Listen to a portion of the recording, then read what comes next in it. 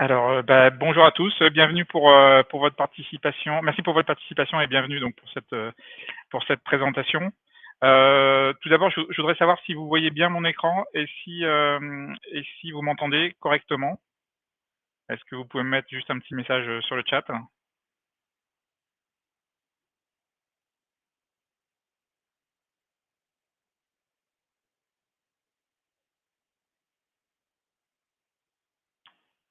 Ok, parfait.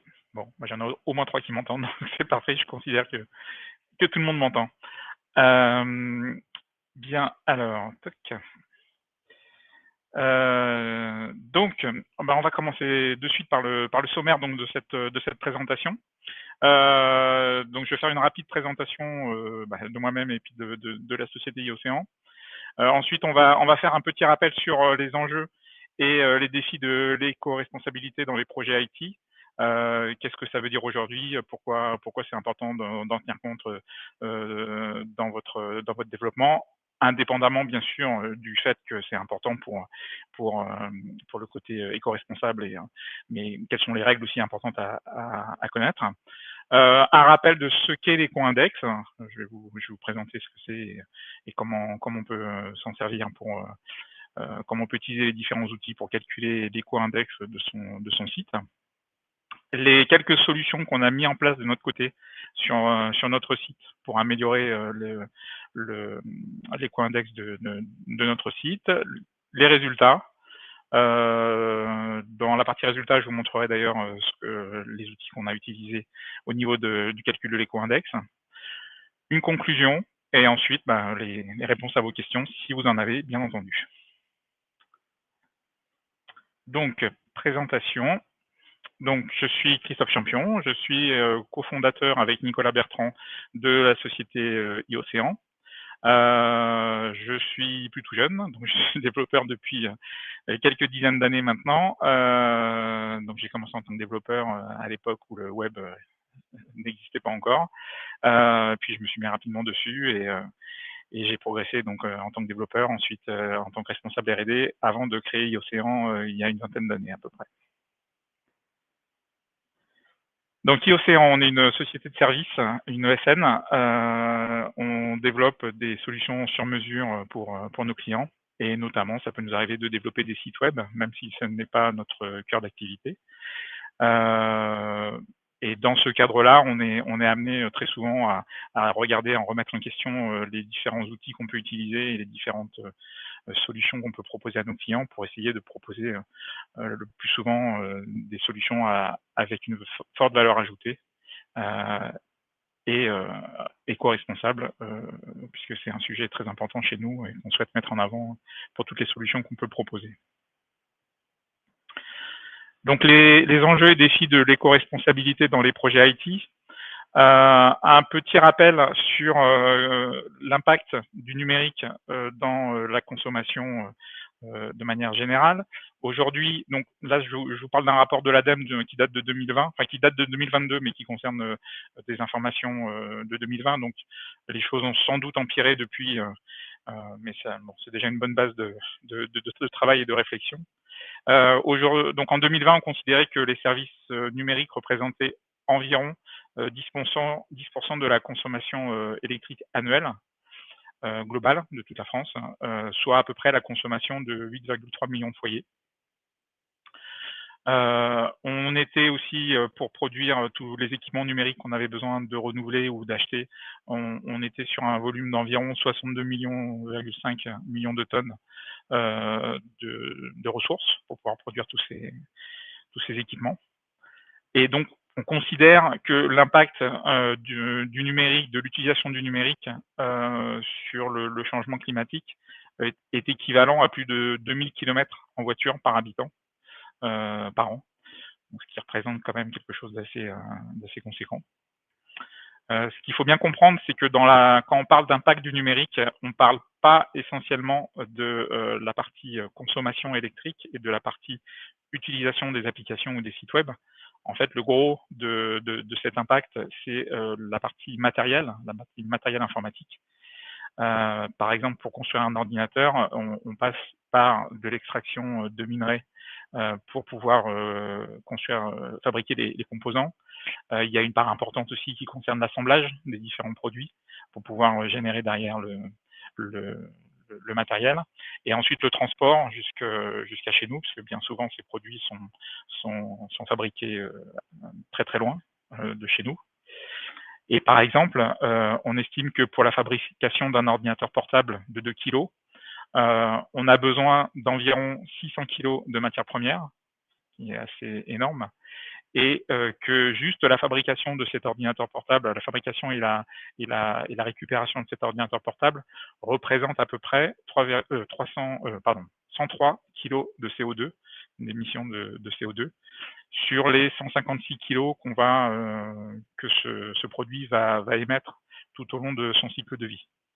Donc on voit vraiment que la partie construction, fabrication du matériel informatique, du matériel numérique, aujourd'hui représente plus des 2/3 de la consommation de CO2, et c'est un point très important dans le renouvellement de ces machines.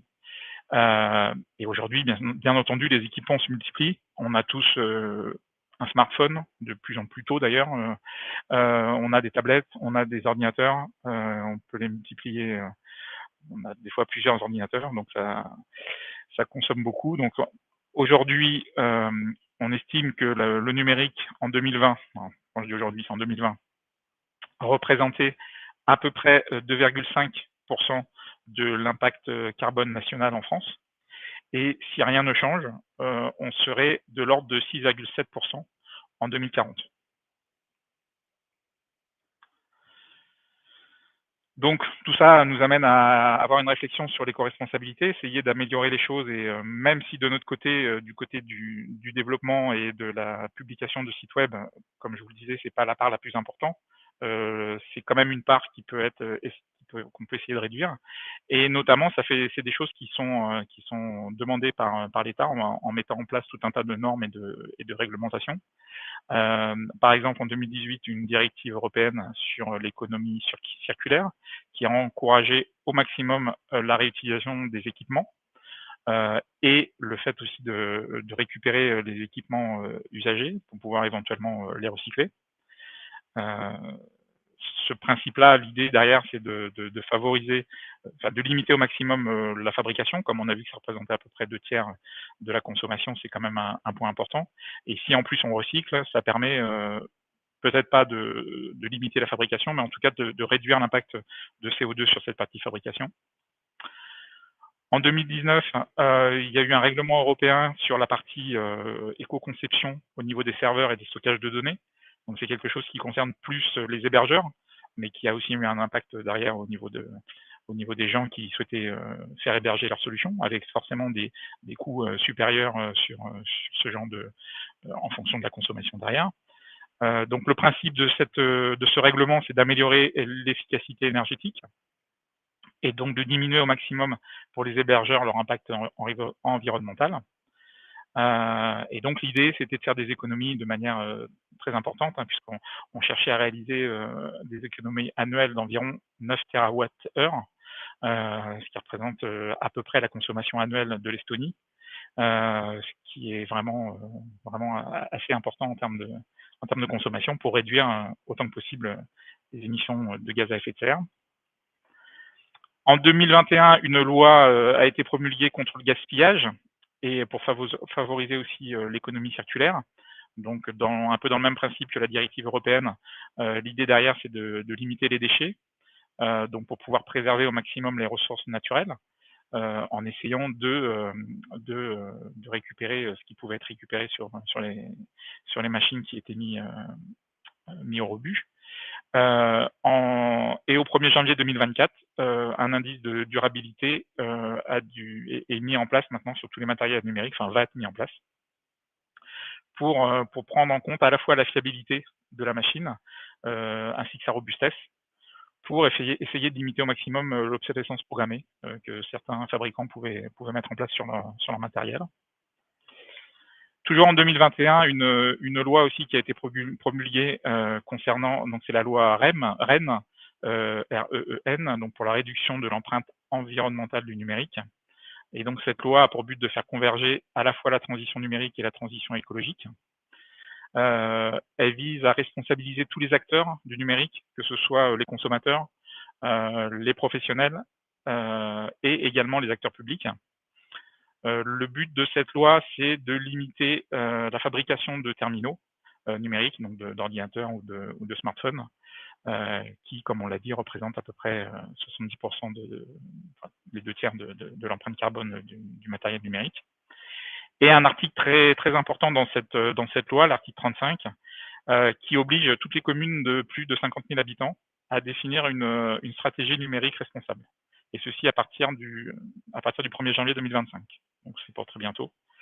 Et donc le but derrière, c'est de lutter contre l'obsolescence logicielle, c'est-à-dire éviter de développer des outils et des logiciels qui vont être de plus en plus consommateurs et de plus en plus qui auront besoin d'avoir des machines de plus en plus puissantes, ce qui favorisera effectivement les besoins en remplacement. Et donc aussi d'informer les consommateurs sur les caractéristiques essentielles lorsqu'ils vont faire une mise à jour.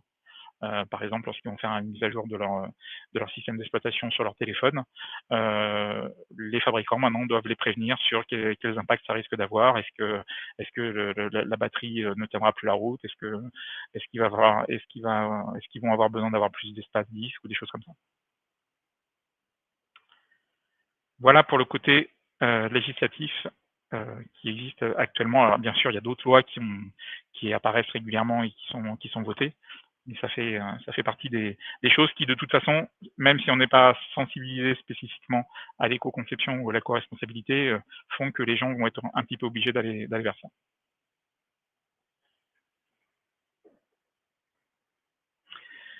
Donc maintenant, on va faire un petit tour sur la partie éco-index pour vous présenter donc vraiment plus précisément le sujet de ce soir. Donc, qu'est-ce que c'est que l'éco-index? L'éco-index, c'est un outil qui a été développé par Green IT. Donc, Green IT, c'est une association qui promeut au maximum l'éco-responsabilité et notamment dans le domaine du numérique. Donc, ça prend en compte, ça permet de prendre de conscience de ce que l'on consomme lorsqu'on utilise, lorsqu'on développe un site web.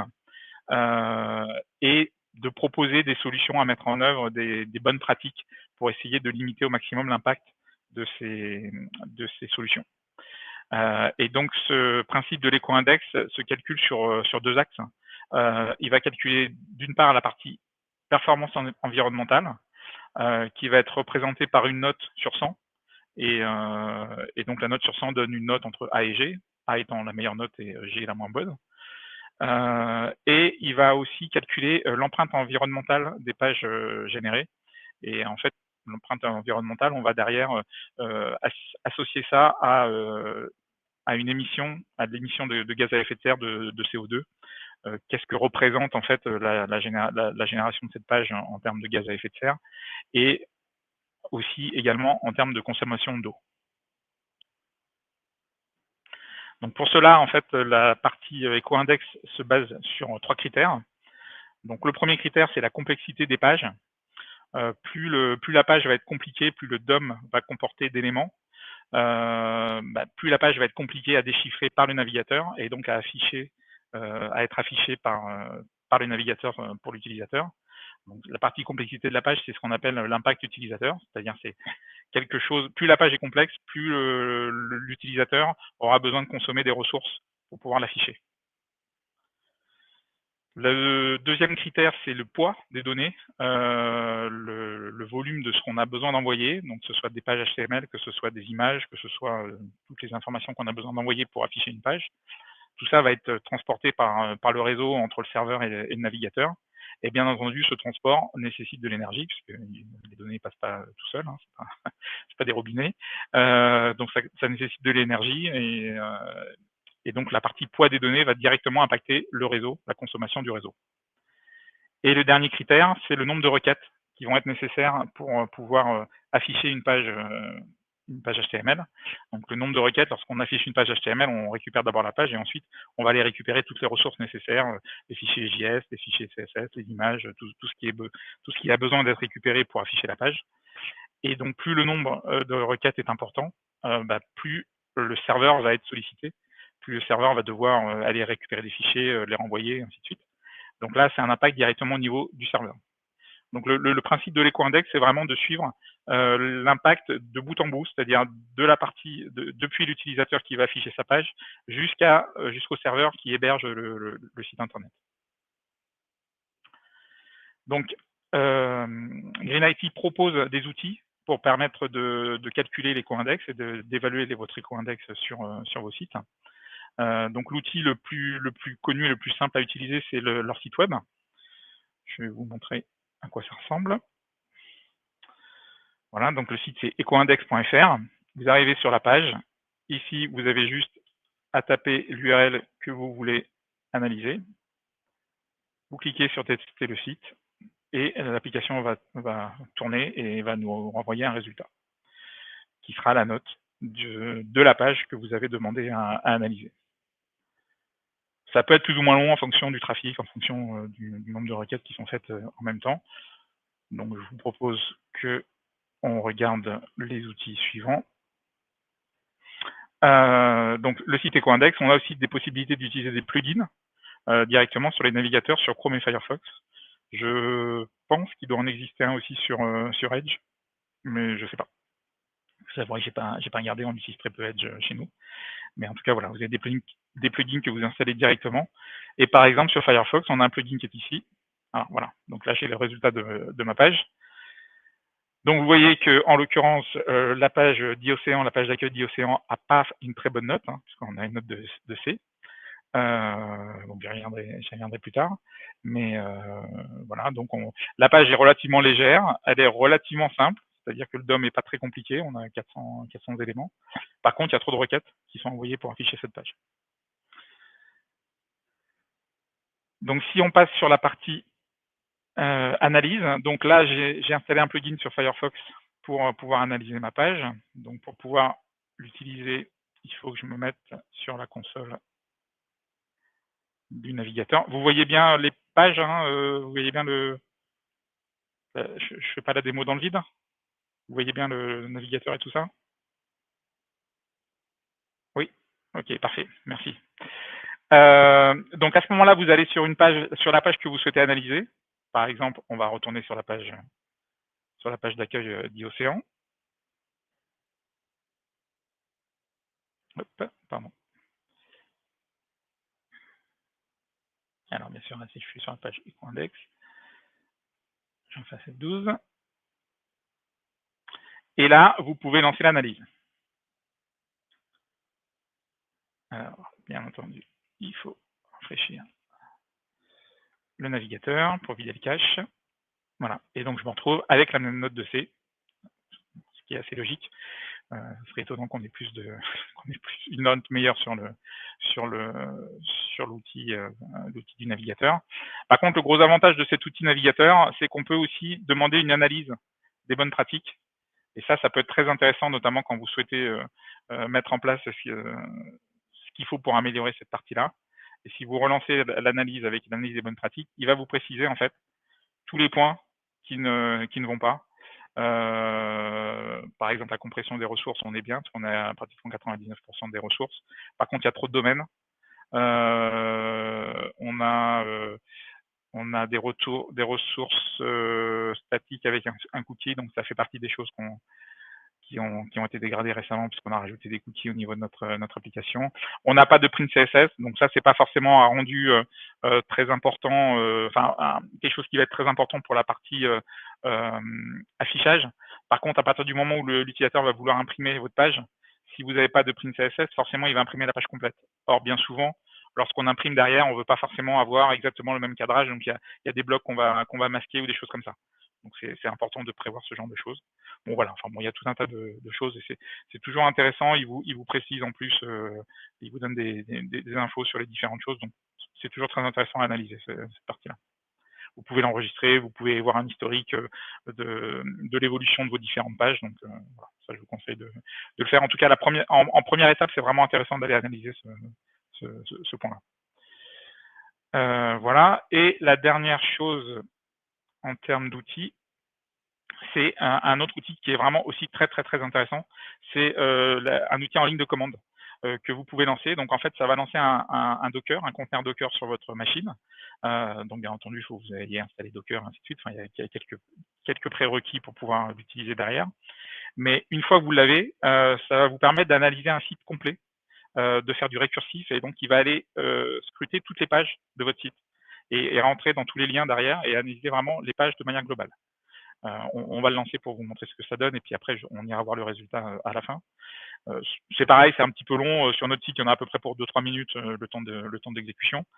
Le gros avantage aussi de cette CLI, c'est que derrière, vous pouvez le lancer sur un site local chez vous. Vous n'êtes pas obligé de l'utiliser sur un site internet qui sera mis en ligne. Donc, par exemple, notamment quand vous allez vouloir vous faire des optimisations, vous allez pouvoir le tester sur des versions que vous avez directement chez vous, avant de pouvoir les publier sur le site réel. Donc ça, c'est très intéressant de ce côté-là. Donc pour le lancer en ligne de commande, c'est assez simple. J'ai déjà lancé tout à l'heure pour être sûr. Sur le GitHub, vous avez toutes les informations, hein, on peut aller voir vite fait. Voilà, vous avez un README où vous avez toutes les informations de ce qu'il faut installer, les différentes commandes qui permettent d'être exécutées. On peut aussi lancer, donc ça le lance dans un Chrome. On peut choisir la version de Chrome qu'on souhaite utiliser. On peut choisir la taille de l'écran. Si vous avez du responsive, par exemple, avec des affichages différents, sur différentes pages, vous pouvez le préciser au moment du lancement. Et derrière, ça vous sort une synthèse de ce type-là. Donc, c'est ce qu'on va faire sur le site Océan. Je vais le relancer. Voilà. Il faut lui préciser qu'il dit qu'effectivement, on va demander du récursif, donc forcément, ça risque d'être un petit peu long. Il fait une première analyse, il va vous dire le nombre d'URL qu'il a trouvé. Donc, il a trouvé 136 URL en tout, c'est-à-dire en parcourant tout le site, il a trouvé qu'il y avait 136 pages à analyser. Il vous demande si vous voulez démarrer, et puis voilà, on va le lancer. Donc, vous voyez, la précédente a duré 2 minutes 40. On va le faire tourner pendant qu'on continue la présentation. Donc voilà, vous avez des outils vraiment bien faits pour pouvoir vous aider. Les sources du site EcoIndex sont pardon, pas du site, mais de la CLI sont disponibles. Hein, c'est du Python. Si vous voulez rajouter des choses, vous pouvez le faire, il n'y a pas de souci. Donc en parallèle de ça, vous avez aussi tout un tas de bonnes pratiques qui sont des conseils en fait, qui vont vous permettre d'améliorer les choses au niveau de votre application. Donc il y a notamment, je vous ai mis l'URL du site des 115 bonnes pratiques de Green IT. Ils ont une version papier, vous pouvez acheter le bouquin, mais il y a aussi une version téléchargeable au format Excel ou au PDF. Non, peut-être pas PDF, je crois que c'est du Excel. Avec en fait les différents critères, et puis que vous pouvez cocher sur votre application pour déterminer si vous les respectez ou pas. Et il y a un nouveau référentiel qui a été édité par l'État pour l'éco-conception des services numériques. Alors je vous avouerai que j'ai pas encore eu le temps de le regarder en détail, mais qui a l'air assez complet et sur lequel il y a des consultations qui sont faites régulièrement auprès des sociétés de services dans ce domaine pour pouvoir l'améliorer régulièrement. Donc ça, c'est pour tout ce qui concerne la partie EcoIndex. Après, il y a d'autres alternatives à EcoIndex. Hein. Il y a Ecometer, il y a EcoGradder, Website Carbon Calculator. Pour la plupart, c'est des sites américains, je crois, ou anglais, qui utilisent aussi un petit peu les mêmes normes, les mêmes règles, qui sont pas tout à fait toujours sur les mêmes critères. Par exemple, je crois que c'est dans EcoGradder, ça évalue aussi le niveau d'éco-responsabilité de l'hébergeur que vous avez choisi. Donc en fonction des hébergeurs, ils ont des notes plus ou moins bonnes, et voilà, ça définit tout ça. Voilà, ce qui est intéressant, une fois que vous avez fait le travail sur l'éco-index, enfin sur l'outil que vous souhaitez évaluer, ce qui est intéressant, c'est de le faire passer aussi sur ces points-là, pour voir s'il n'y a pas des choses qui sont complètement déconnectées de ce que vous faites de votre côté. En général, c'est pas le cas. Hein. Moi, j'ai fait le test sur iOcéan, et on retrouve des notes assez bonnes sur aussi ces sites-là. Donc voilà, mais c'est toujours intéressant de pouvoir avoir Il y en a plein, hein. Ce qui est important, c'est que c'est pas des sites qui vont mesurer la vitesse de réponse. Si vous prenez des outils comme PageSpeed, par exemple, de Google, lui, il va essentiellement mesurer la vitesse de téléchargement et des choses comme ça. Ce qui ne veut pas dire forcément que votre site est éco-conçu et éco-responsable. Forcément, s'il est plus rapide à afficher, ça veut dire qu'a priori, la taille est plus petite, mais ça peut aussi vouloir dire que vous avez des machines de folie, vous avez un réseau, un serveur très très rapide, et donc c'est pas forcément la même note. Donc par rapport à ça, donc nous on s'est effectivement posé la question de qu'est-ce qu'on pouvait faire pour améliorer notre site, et en regardant un petit peu ce qui n'allait pas, on a essayé d'améliorer des choses là-dessus. Donc première chose, je vous ai mis ici, vous le retrouverez sur le site EcoIndex, la formule de calcul qui est utilisée par EcoIndex pour calculer la note. Et en fait, on s'aperçoit que la taille du DOM, le nombre de requêtes et le poids des pages n'ont pas le même niveau d'importance. C'est 3 fois plus important la taille du DOM donc c'est pour calculer, on prend 3 fois la taille du DOM plus 2 fois la taille, le nombre de requêtes, plus 1 fois le poids de la page. Ce qui veut dire qu'en fait, si vous avez une page 2 fois plus grosse que quelqu'un d'autre, votre note sera pas 2 fois moins bonne. Donc ça, c'est important de l'avoir en tête. Et c'est aussi assez intéressant parce que ça permet de faire des choix en termes d'optimisation, en tout cas dans un premier temps, que vous pouvez ensuite affiner. Mais en termes de priorisation de vos optimisations, c'est assez intéressant de pouvoir le faire comme ça. Donc là, sur ce tableau, voilà, on a un certain nombre de choses. Là, si j'ai un site qui fait où on a 235 éléments, 30 requêtes et 500K, on a une note A. On a quand même un niveau 76, hein, c'est pas non plus le meilleur, hein, parce que le meilleur c'est 1. Mais on n'aura jamais 1 de toute façon, puisqu'on est à 100 moins quelque chose. Enfin, la meilleure note, pardon, c'est 100, mais on sera jamais à 100. Sinon, ça veut dire qu'on télécharge rien. Donc, ça arrivera jamais. Mais voilà. Donc, et par contre, si on a 70 mégas, par exemple, de taille, 300 requêtes et 2000 éléments dans le DOM, on se retrouve avec une lettre G. Ce qu'il faut bien aussi avoir en tête, c'est que quand vous allez estimer cet éco-index, il faut vous mettre sur il faut vous positionner par rapport à une note qui vous paraît cohérente par rapport à ce que vous affichez. Si vous êtes par exemple sur un site pour un photographe qui doit afficher un book du photographe, donc avec des images haute résolution, parce qu'il faut qu'on puisse zoomer dans l'application, beaucoup d'images, un DOM qui peut être plutôt compliqué si on veut vraiment avoir une interface très léchée avec des choses. Forcément, on n'arrivera jamais à avoir une note A, mais c'est pas grave. Enfin, il faut faire au mieux par rapport à ce qu'on a. Aujourd'hui, nous, on a un site institutionnel relativement classique, on va dire. Il n'y a pas de raison d'avoir des notes, il n'y a pas de raison d'avoir une note C, D ou E, quoi. Il faut qu'en moyenne, notre objectif, c'est d'être entre A et B, parce que c'est ce qu'on estime devoir pouvoir faire pour par rapport à ce qu'on affiche. On affiche beaucoup de texte, on a quelques images, mais il y a quand même beaucoup de contenu texte, donc il n'y a pas forcément de grosse complexité dans le site en lui-même. Donc voilà, c'est ça qu'il faut bien garder en tête.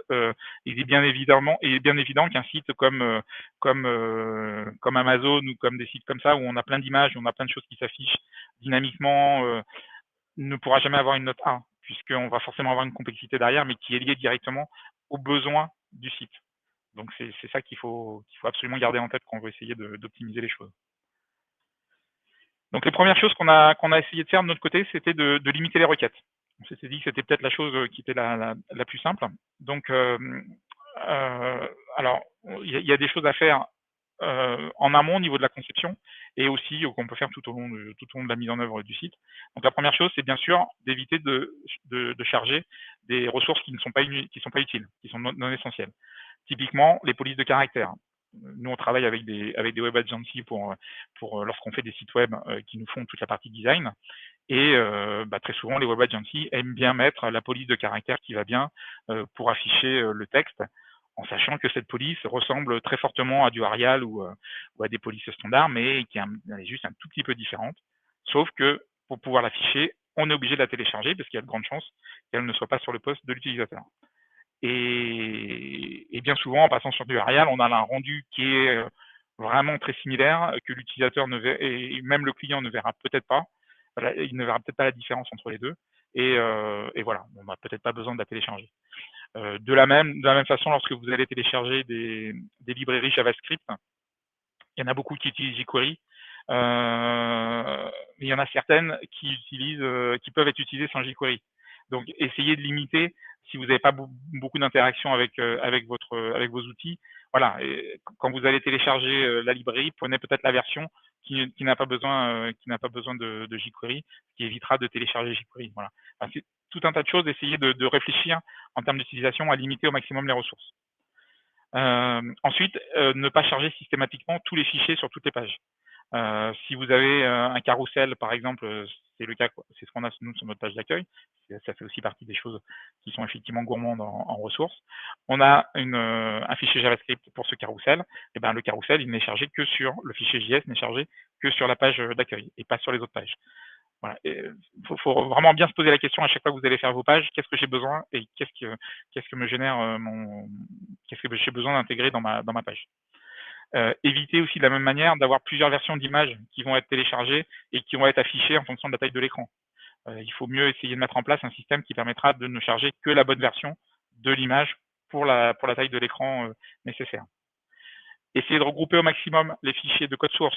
Ça sert à rien d'avoir 15 fichiers JS. C'est mieux d'avoir tout ça dans un seul fichier JS. 1, 2 ou 3, bien sûr. Il peut y en avoir quand même quelques-uns, puisque notamment si vous ne voulez pas télécharger tous les fichiers sur toutes les pages, s'il y a certains fichiers JavaScript qui ne sont nécessaires que sur 2-3 pages, ceux-là peuvent peut-être être téléchargés en dehors du fichier global. Pareil pour les CSS. Essayez de regrouper tout ça dans un seul fichier. Et puis demander des ressources simplement quand elles sont nécessaires. Si vous avez une page qui s'affiche avec des blocs qui vont être affichés en fonction de si je clique, si je fais telle ou telle action, avec des images, avec des choses comme ça, essayez de vous mettre en mode easy loading, c'est-à-dire de ne les charger que vraiment au moment où c'est nécessaire. Ça va limiter le nombre de requêtes au moment du chargement de la page initiale. Et forcément, on aura des requêtes ensuite qui partiront par la suite, mais qui ne partiront que si on en a besoin. Donc ça limite quand même le trafic. Et ça permet aussi de limiter les appels réseau. Si vous avez dedans, si dans votre page vous mettez un chat, si vous mettez des choses comme ça, essayez de mettre en place des solutions qui limitent au maximum les appels réseau avec votre serveur. Sur la partie limitation du poids des pages. Donc là, il faut essayer de limiter au maximum la taille de certains fichiers. Je pense par exemple à la police de caractères qu'on charge systématiquement, qui est Fontosum, pour afficher les petits pictos, les petits logos qu'on souhaite. Fontosum, c'est génial, c'est très bien. Sauf que ça sert à rien de télécharger un fichier qui fait 1200 ou 1400 pictos si c'est pour en afficher que 3. Donc, il y a des solutions qui permettent aujourd'hui de créer sa propre police de caractères en utilisant d'autres polices de caractères et de limiter ça au nombre de caractères qu'on a réellement besoin. De la même manière, essayez d'optimiser au maximum la taille de vos images en fonction de la taille de vos écrans. C'est-à-dire que si vous avez défini une image qui sera affichée sur un mobile, ça sert à rien que cette image fasse 2400 par 8000. Ça n'a aucun sens. Limitez-la à la taille de votre mobile. Déjà, ça améliorera les choses parce qu'au niveau du navigateur, il n'y aura pas besoin de retailler l'image. Le navigateur n'aura pas besoin de faire ce traitement de retaillage de l'image et donc ça sera moins consommateur au niveau du navigateur. Mais en plus, ça va vous limiter énormément le trafic. Donc, de la même manière, il y a plein d'outils qui existent aussi aujourd'hui sur Internet pour notamment, vous prenez un fichier JPEG, vous le passez dans l'outil, il va vous le retailler, il va vous limiter au maximum la taille de votre image, de telle sorte que, bien entendu, le rendu soit toujours propre. L'idée, c'est pas d'avoir on avait une belle photo et au final, on affiche une photo tout pixelisée parce qu'on veut réduire au maximum. L'idée, c'est d'avoir un rendu qui soit, pour un œil humain, le même. C'est-à-dire que la personne ne sera pas capable de voir forcément la limitation de la taille de l'image. Essayez de privilégier au maximum le format vectoriel pour les images, alors, notamment quand vous avez des images de type graphique ou des choses comme ça. Le format vectoriel marche très très bien pour ça et ça permet aussi donc déjà d'avoir quelque chose de beaucoup plus simple, puisqu'on a, au lieu d'avoir le contenu d'image pixel par pixel, on a juste des formules mathématiques qui permettent d'afficher l'image, et surtout d'avoir quelque chose de très qui va se retailler automatiquement en fonction de la taille de vos écrans, et avec quelque chose de très lisse. Si vous définissez un cercle en vectoriel, que ce soit sur un téléphone ou sur un très grand écran, on aura toujours un cercle très propre. On n'aura pas de problème de pixelisation ou quoi que ce soit. Minifier systématiquement, alors j'aurais dû le mettre en gras parce que ça, je vois encore plein de sites où c'est pas encore le cas, minifier systématiquement les fichiers de votre code source, que ce soit au fichier JS ou CSS. Il faut absolument passer, lorsque vous allez publier votre site, passer par un outil, par une moulinette. Il y a tout un tas d'outils comme Webpack ou des choses comme ça qui permettent de générer ça de manière automatique et de minifier automatiquement ces fichiers pour que vous n'ayez pas à le faire lorsque vous allez développer avec, mais lorsque vous allez le publier, c'est l'outil qui va le faire de manière systématique. Et utiliser aussi la compression au niveau des serveurs HTTP quand c'est possible, c'est ce qu'on a vu tout à l'heure. Sur le site Océan, on a pratiquement toutes nos ressources qui sont compressées par le serveur HTTP, ce qui demande effectivement un traitement un petit peu supérieur au niveau du serveur, mais qui normalement est fait qu'une seule fois, une fois que le fichier est compressé, il est gardé en cache, mais par contre qui va limiter beaucoup le trafic réseau. Donc ça, c'est un point très important. Et la dernière solution, la dernière partie, c'est la partie complexité du DOM. Alors ça, c'est vraiment le plus compliqué à simplifier, parce que l'idée, c'est d'arriver à simplifier les pages tout en conservant une ergonomie satisfaisante par rapport à ce que vous souhaitez ou par rapport à ce que votre client veut. Et là, pour le coup, c'est vraiment quelque chose qu'il faut penser dès le départ, dès la partie maquettage du site. Ne commencez pas à mettre dans vos maquettes des choses sur lesquelles vous savez que derrière, ça va demander beaucoup de ressources. Enfin, ça va demander à créer beaucoup d'éléments au niveau des pages HTML. Voilà, c'est quelque chose, c'est une réflexion vraiment à avoir en amont, mais qui n'est vraiment pas simple. Ça, c'est pourtant la partie qui pèse quand même 3, hein, le DOM. Donc c'est vraiment la partie importante. Mais c'est quelque chose sur lequel il faut arriver à essayer de faire au mieux par rapport à ça. Une fois que vous avez commencé à faire ces optimisations, la solution, c'est vraiment de faire du versionning, de faire une optimisation. Vous allez minifier tous vos JS, tous vos CSS. Vous allez regrouper ça dans des fichiers, dans un seul fichier, ainsi de suite. Vous testez, vous publiez ça éventuellement sur votre site, sur votre réseau à vous, et pas forcément sur le web. Et vous passez vous passez la CLI pour voir ce que ça donne, pour voir quelle note vous avez. Vous faites une version, 2 versions, 3 versions, vous itérez au fur et à mesure. Parce que bien entendu, lorsque vous allez commencer à toucher à d'autres choses, ça risque de dégrader la note sur d'autres points. Donc c'est très important de pouvoir versionner et de facilement faire évoluer votre outil.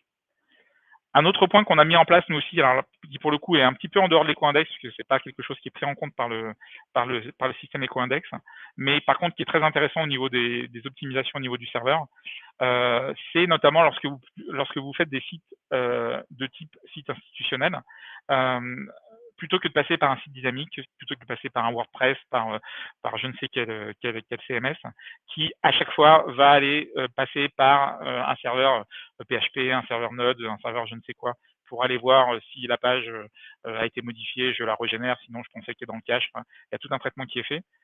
À ce moment-là, passez plutôt par un système de génération de sites statiques. C'est-à-dire que vous allez saisir votre contenu, vous allez définir votre site et vous allez cliquer sur un bouton de génération et ça va vous générer un vrai site HTML, JS, CSS, tout ce qui va bien, sous forme de vraies ressources statiques qui seront vues par l'utilisateur, qui seront téléchargées directement par l'utilisateur par l'intermédiaire d'un site web, d'un serveur web. Ça permet vraiment d'améliorer les temps de réponse et les performances, même si aujourd'hui les serveurs type WordPress ou autres gèrent du cache et le gèrent plutôt bien. Il y a quand même un petit overhead qui est fait parce qu'on est obligé de passer par le code PHP, le code Node qui va vérifier si le cache doit être rafraîchi ou pas. Et si on peut le limiter au maximum, essayons de le faire directement et ça permet de libérer des choses. Ça permet aussi, si on fait ça, de publier ensuite votre site sur un serveur très peu gourmand, un serveur pourquoi pas mutualisé, pourquoi pas un CDN, si vous avez vraiment des problématiques d'avoir des sites qui doivent être accessibles très rapidement dans le monde entier. Vous pouvez déployer ça sur des CDN, hein, c'est des hébergeurs qui sont au plus près en fait des différentes solutions. Voilà, ça permet d'optimiser toute cette partie-là. Et donc pour le site Océan, on a effectivement regardé un peu différentes solutions pour pouvoir générer un site statique. Et donc on était parti sur Gatsby, c'est l'outil qu'on avait choisi, qui était à l'époque assez performant et qui répondait bien. Le souci de Gatsby, c'est qu'au final, le HTML qui est généré incorpore quand même du React systématiquement, même si votre page n'a pas besoin d'avoir de la réactivité. Il y a tout un tas de choses qu'il va récupérer de manière dynamique et donc on a du code React. Donc on a quand même quelque chose d'assez complexe, même pour un site très simple. Et donc là, on a fait le choix, on a commencé à regarder ça, de basculer sur Astro, qui est une autre librairie, donc Nodes, qui permet de générer pour le coup vraiment du site complètement HTML. Si vous avez une plage où il n'y a absolument aucun besoin d'avoir d'aller appeler un serveur pour récupérer des infos, d'avoir quelque chose comme ça. La page est générée de manière très très propre. Et il y a la possibilité, ce que Astro appelle l'hydratation partielle, il y a possibilité dans votre page HTML complète générée par Astro de mettre des petits blocs qui eux vont être qui vont contenir du React, qui vont contenir d'autres types de composants si vous le souhaitez, et qui eux vont être spécifiquement dynamiques.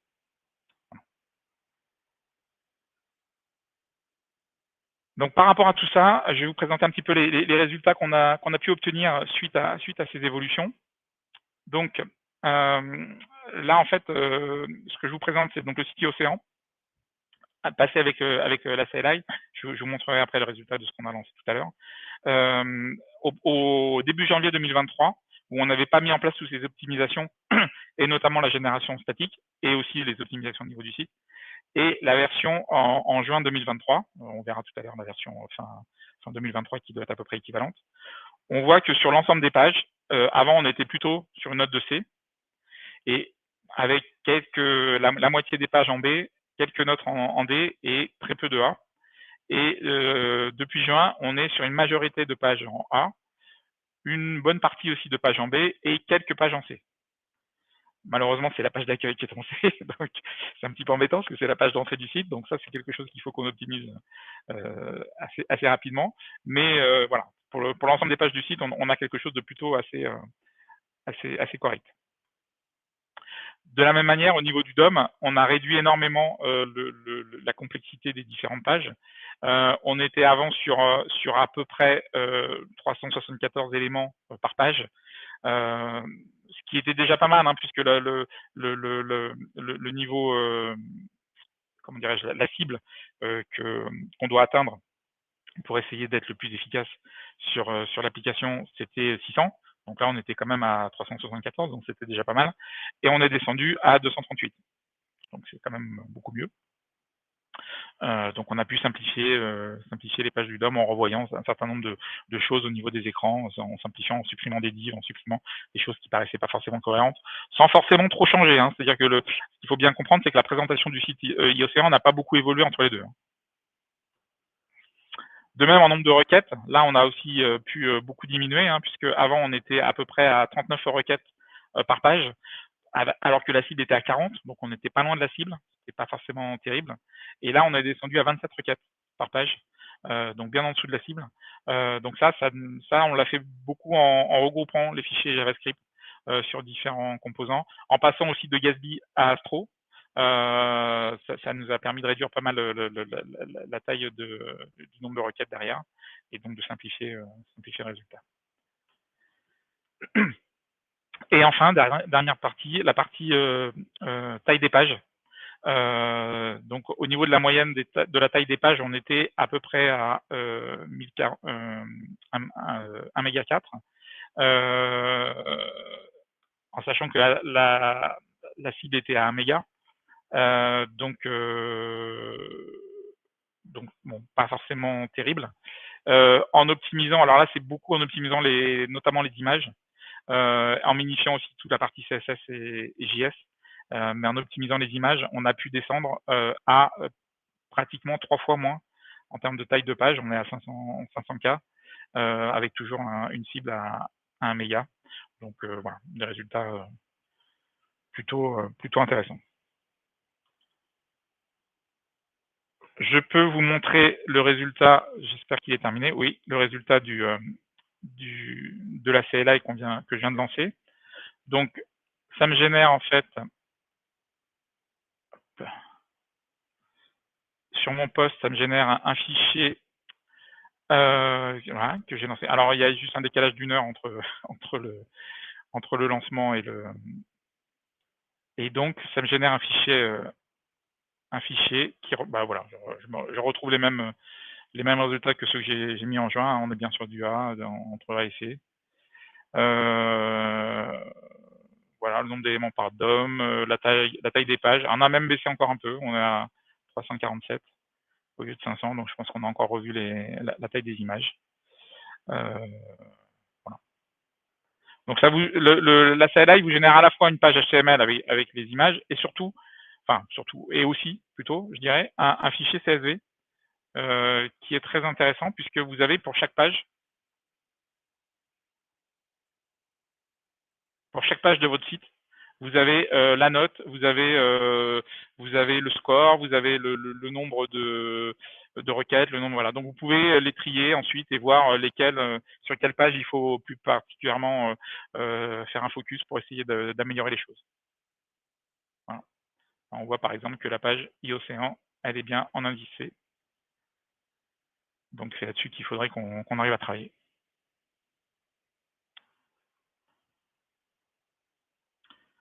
Donc pour conclure ce webinaire,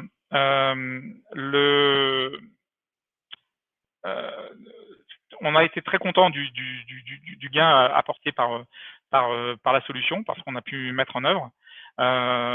Donc on a respecté au maximum les bonnes pratiques. Alors on pourrait faire encore un petit peu mieux, mais on a déjà réussi à faire pas mal de choses et c'était bien.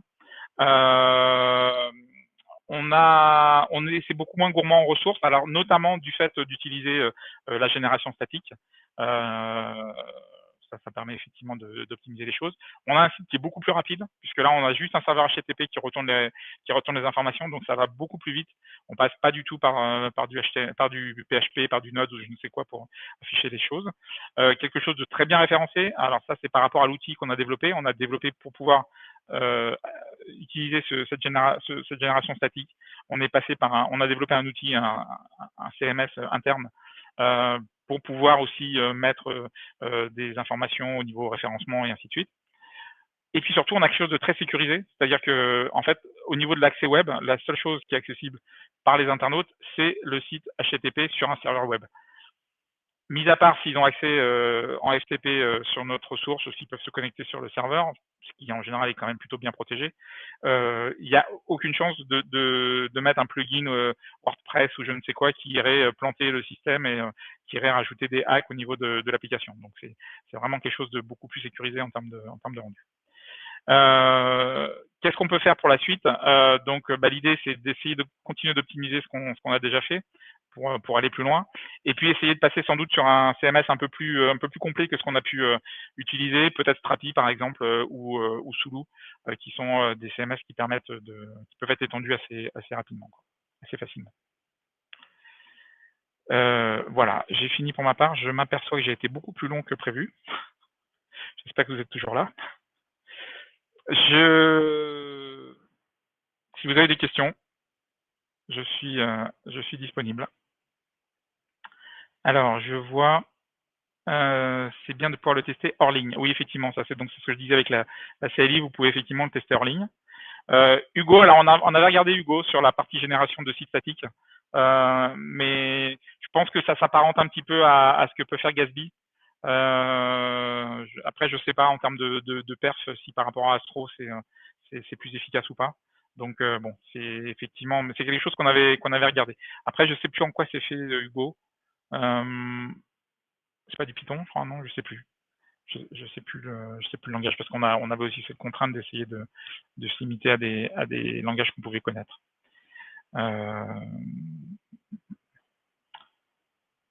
Est-ce que vous avez d'autres questions? Je sais pas si on a un petit peu de temps pour les poser, je suis désolé. Je demande à monsieur de Wabikeo. Ah, si.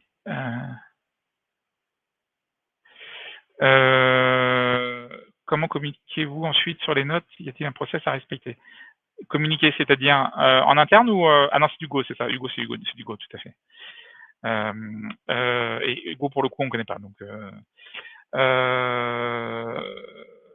alors effectivement, bah, on en parle, on fait des webinaires, on fait des choses comme ça. Sur le site internet aujourd'hui, on l'a pas mis forcément en avant, mais bon, c'est des choses sur lesquelles il faut qu'on communique un peu plus, je pense. Mais l'idée c'est de effectivement de faire des webinaires. On avait fait aussi une conf à Sunitech sur cette partie-là pour présenter ça à la partie développement. Voilà.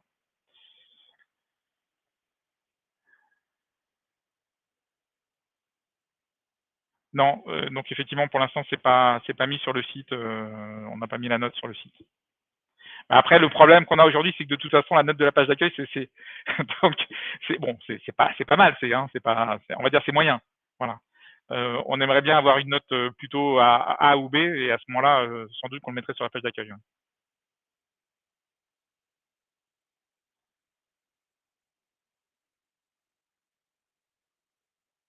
Est-ce qu'il y a d'autres questions?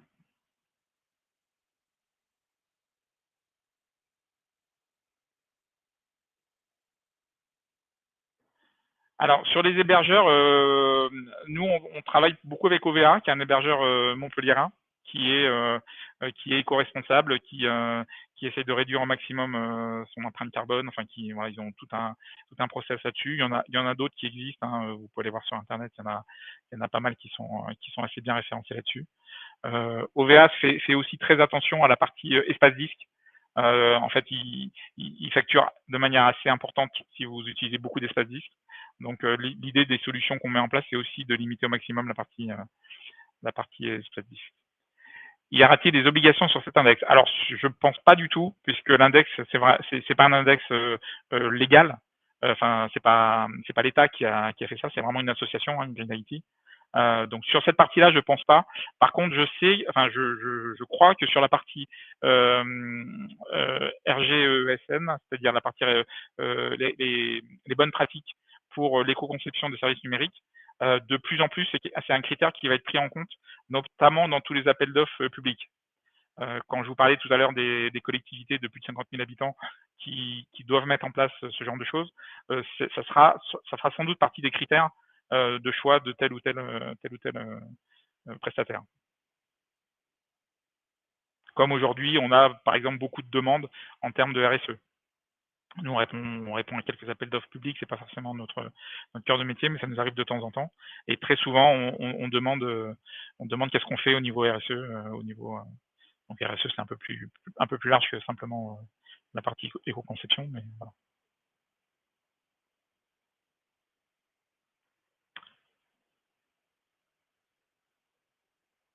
Peut-on réduire? Oui, bien sûr. Alors, on peut réduire, bien sûr, l'empreinte carbone d'un site web sans compromettre sa convivialité. En fait, l'idée, c'est ce que je disais tout à l'heure, hein, la partie DOM, parce que c'est surtout là-dessus que va se jouer la convivialité quand vous avez quelque chose de très interactif, c'est sans doute souvent qu'on a des choses un peu compliquées au niveau du DOM. On peut aussi des fois avoir besoin de beaucoup de ressources JavaScript, des choses comme ça, mais bon, ça je pense que c'est un peu moins le cas. Je pense que c'est surtout au niveau du DOM. Après, c'est à vous de juger, quoi. C'est-à-dire euh, jusqu'où vous pouvez réduire un petit peu des choses qui sont peut-être superflues, qui sont peut-être pas forcément nécessaires, d'avoir des petites animations, d'avoir des petits trucs qui quand je déplace la souris, je ne sais quoi. Enfin, bon, voilà, ça c'est des choses qui sont pas forcément nécessaires, qui apportent pas quelque chose vraiment en termes d'interface utilisateur, mais plus un rendu un peu plus sexy. Mais bon, voilà, là-dessus, j'ai pas de conseil à vous donner. C'est vraiment à vous de voir ce qui est possible ou pas, quoi. Et ce que vous êtes prêt à faire ou ce que votre client est prêt à entendre par rapport à ça. Ce qui est important aussi, c'est de voir, c'est bien entendu que votre client soit dans cette démarche. C'est-à-dire que ça va être compliqué d'imposer des choses si votre client ne se sent pas concerné par cette partie-là et veut vraiment avoir le petit truc, des trucs qui clignotent quand la souris se met sur l'écran, quoi. Donc ça peut aussi faire partie du job d'essayer de les convertir à cette partie-là.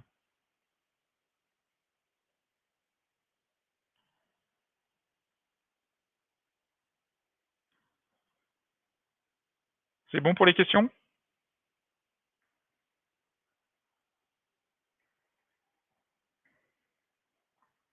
Écoutez, on a fait presque 1 heure. Donc, je vous propose d'en rester là. Le site sera, enfin, la présentation sera en replay sur le site de Webikeo si vous avez besoin de vous y référer. Voilà. Je vous souhaite une bonne soirée. Merci de votre participation et peut-être à bientôt.